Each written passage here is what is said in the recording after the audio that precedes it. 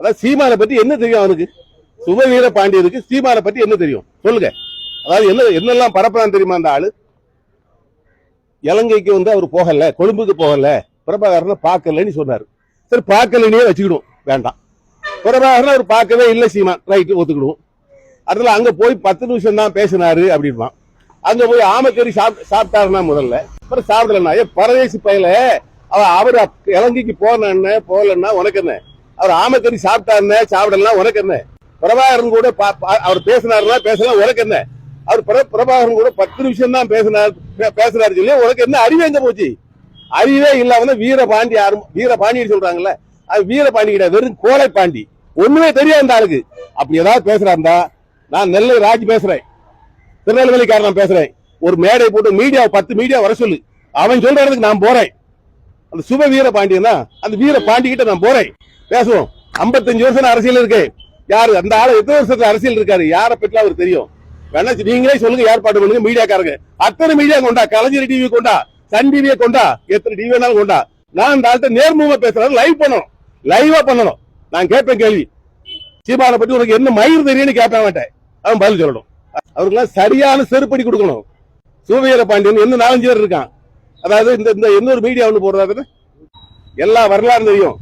திராவிட கழகம் எப்படி உருவாச்சு, பெரியார் எப்படியா உருவானாரு, திமுக கட்சி எப்படி உருவாச்சு, அண்ணா திமுக கட்சி எப்படி உருவாச்சு, பிஜேபி கட்சி எப்படி உருவாச்சு, காங்கிரஸ் கட்சி எப்படி உருவாச்சு, ஒவ்வொரு கட்சிகளும் உருவாகும் போதே எனக்கு தெரியும். இருங்க, ஒரே ஒரு விஷயம் நான் சொல்லணும். இந்த நாய்கள் எல்லாம் உடனே ஒரு இடத்துல உட்கார வைக்கணும். மொத்தமா அந்த நாய்கள் எல்லாம் வச்சு உட்கார வச்சு நான் பதில் சொல்றேன். நம்ம என்கிட்ட அவன் பேசி அவன் ஜெயிச்சிடணும். அரசியலை பத்தி என்கிட்ட இந்த நாய்கள் எல்லாம் பேசி ஜெயிச்சிடணும். அப்படி ஜெயித்துட்டா நான் அரசியலை பேச வரல. நான் அரசியல் எந்த அரசியலும் பேசல. நல்லா ஒரு சுதந்திர உணர்வு உள்ளவன் ராஜா, நல்லா சுதந்திர உணர்வு உள்ளவன். இந்த நாய்கள்லாம் என்னைக்காவது இந்த நாட்டுக்காண்டி போராடிச்சா, இல்ல இந்த நாட்டுக்காண்டி போராடிச்சா, இந்த மக்களுக்காக போராடுறாங்களா? சுதந்திரம் வாங்கி கொடுத்தாங்களா? சுதந்திரத்துல அவன் அப்பன் பாட்டை பூட்டெல்லாம் பண்ணானா? எங்க அப்பன் பாட்டை பூட்டை பூராவும் சுதந்திரத்துக்காக போராடி அடிபட்டு மிதிப்பட்டு ரத்த சிந்தி இந்த நாட்டுக்கு சுதந்திரம் வாங்கி கொடுத்தவன். அவன் பேர வழி நான் பேசுறேன். ஆனா அந்த நாய்கள் சுதந்திர பாண்டியெல்லாம் பேசுறதுக்கு தகுதியே கிடையாது. அந்த ஆளுக்கு கிடையாது. அதாவது இவங்களுக்கு எல்லாம் பதில் சொல்றதுக்கு இது என்னன்னு கேளுங்க. அதாவது இந்த பெரியாரை பற்றியோ மற்றபடி மற்ற விஷயங்களை பற்றியோ பேசுறதுக்கு இந்த பேசுறாங்களே, இப்ப இந்த திமுக வாடகை வாயர்கள் சொல்றாங்கல்ல, இதெல்லாம் பேசுறதுக்கு ஆயிரம் வார்த்தைகள் மட்டும் இல்ல, லட்சக்கணக்கான வார்த்தைகள் இருக்குது. இப்போ ஒரு சின்ன உதாரணம், இந்த ஒண்ணே மட்டும் பேசி முடிச்சிடுறேன்.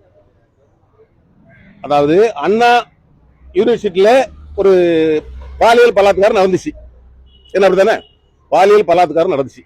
அந்த பாலியல் பலாத்காரத்தில் எத்தனை பேர் சம்பந்தப்பட்டிருக்கான், யார் யாரெல்லாம் அதுல இருக்கான்னு இதுவரைக்கும் ஓடி பிடிச்சாங்களா? பிடிக்கல. ஒரு குடிநீர் தொட்டியில மலம் கழிச்சான், மலத்தை கொண்டு போட்டு கரைச்சான், கண்டுபிடிச்சானா? பிடிக்கல.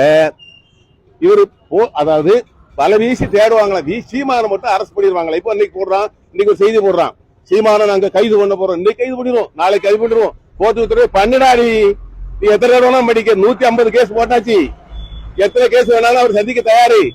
ஆனால் ஒண்ணு சொல்றேன், இந்த வாடகை வாயர்கள் பேசுறீங்களே, இவங்க சீமான மாதிரி 150 வழக்குலடா, ஒரு 5 வழக்கு உங்க மேல போட்டால் நீங்க தாக்கு பிடிக்கலடா, மூத்திரம் மீறீங்கடா, நீங்க ஜெயில மூத்திரம் மீறீங்க.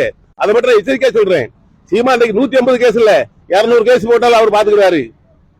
ஒரு மனுஷன், அதாவது எல்லாருமே தப்பா பேசாதீங்கடா. சீமானை பத்தி தப்பு. ஊழல் இன்னைக்கு என்னடா நடந்திருக்கு? இன்னைக்கு நாட்டில் என்ன நடந்துட்டு இருக்கா? ஏடா 15 கட்சி கூட்டணி போட்டு ஆட்சி பிடிக்கிறிய, 15 கட்சி கூட்டணி. அவர் தனியா நின்று இருக்கிறார், எந்த கட்சியோட கூட்டணி கிடையாது. தேர்தலுக்கு காசு கொடுக்கல சீமான், 10 பைசா கொடுக்கல. நீ எவ்வளவு கோடி செலவழிச்சிருக்க? போன ஈரோடு இடைத்தேர்தல் 200 கோடி ரூபாய் செலவழிச்ச, 200 கோடி ரூபாய் இடைத்தேர்தல் செலவழிச்ச. சீமான் செலவழிச்சால 10 பைசா கொடுத்தாரு? கொடுக்கல. அந்த மாதிரி ஒரு நீங்க கொடுத்த அரசியலுக்கு வாங்கல. தனியா நின்று பேசு, தனியா திராணியா சிங்களா நின்று பேசுடா.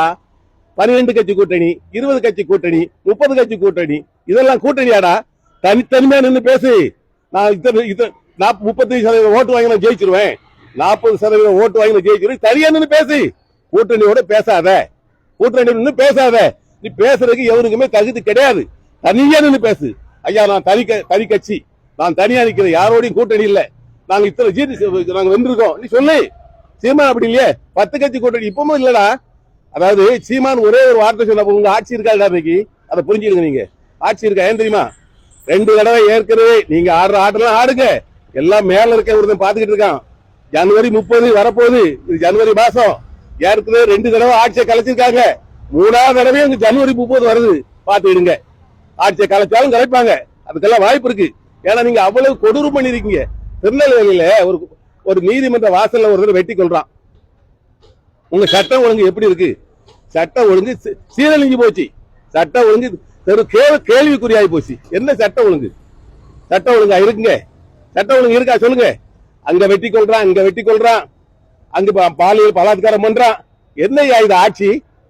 என்ன ஒண்ணு நான் சொல்றதுக்கு விரும்புறேன், இந்த ஒண்ணு மட்டும் பேசி முடிச்சிடுறேன். அதாவது நாங்க அதுக்கு 1000 கொடுக்கிறோம், இதுக்கு 2000 கொடுக்கிறோம், இதுக்கு 3000 கொடுக்கிறோம் சொல்றீங்களே, இந்த 4 வருஷம் ஆட்சி நாட்டு மக்களே நீங்க எல்லாரும் தெரிஞ்சிடுங்க. ஓட்டு போட போற மக்களே நீங்க எல்லாரும் தெரிஞ்சிடுங்க.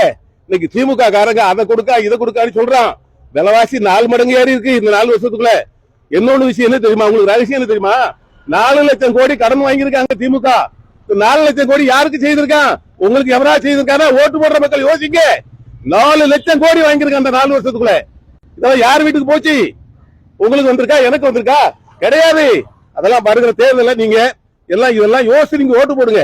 4 லட்சம் கோடி கடன் இன்னைக்கு திமுக அரசாங்கம், இன்னைக்கு ஸ்டாலின் அவர்கள் தலைமையில் இருக்கக்கூடிய அரசாங்கம் 4 லட்சம் கோடி இந்த 4 வருஷத்துல கடன் வாங்கி இருக்கிறாங்க. அந்த காசெல்லாம் எங்க போச்சு நீங்க கேளுங்க. ஓட்டு போடுறதுக்கு ஒவ்வொருத்தரும் கேட்கணும். அதெல்லாம் கேளுங்க. அடுத்தால இந்த கொலையாளி செய்தாங்களா, அந்த கொலையாளிகளை கண்டுபிடிச்சாங்களா கேளுங்க. அடுத்தால இந்த கற்பழிச்சு இந்த பாலியல் பலாத்காரம் பண்ணி அந்த குற்றவாளி எல்லாம் பிடிச்சிருக்கலான்னு கேளுங்க. எல்லாம் நீங்க தான் கேட்கணும். பொதுமக்கள் உங்களுக்கு தான் ஓட்டு போடுறவங்க உரிமை இருக்குது, நீங்க தான் கேட்கறதுக்கு உரிமை இருக்குது. அதனால நீங்க எல்லாமே நீங்க கேட்கணும். இந்த சீமான் வந்து ஏதோ ஒரு அவர் கேட்டுக்கிட்டே போயிடுறாரு, சகிச்சுக்கிட்டே போயிடுறாரு. என்ன சொன்னாலும் அந்த ஆள் கேட்டுக்கிட்டாரு. இடே அப்படி இருக்காதுடா. அவர் பின்புலம் இல்லாதவனி நீங்க எல்லாரும் நினைச்சிட்டு இருக்க. அவருக்குன்னு ஒரு பின்புலம் இருக்குடா தென் மாவட்டத்துல. எவனுக்காவது தெரியுமா? அவருக்கு சீமானுக்கு நீ தனிப்பட்ட பின்புலம் ஒண்ணு இருக்குடா. அன்னைக்கு அவ்வளவு பேரும் திரண்டு வரும்போது நீங்க பாப்பீங்க. அவ்வளவு பேர் நீங்க திரண்டு வரும்போது பாப்பீங்கடா. சீமான ஆள் இல்லாத அனாதை கிடையாதுடா. அவருக்கு ஒரு பின்புலம் இருக்குடா தென் மாவட்டத்துல. நீங்க பாப்பீங்க.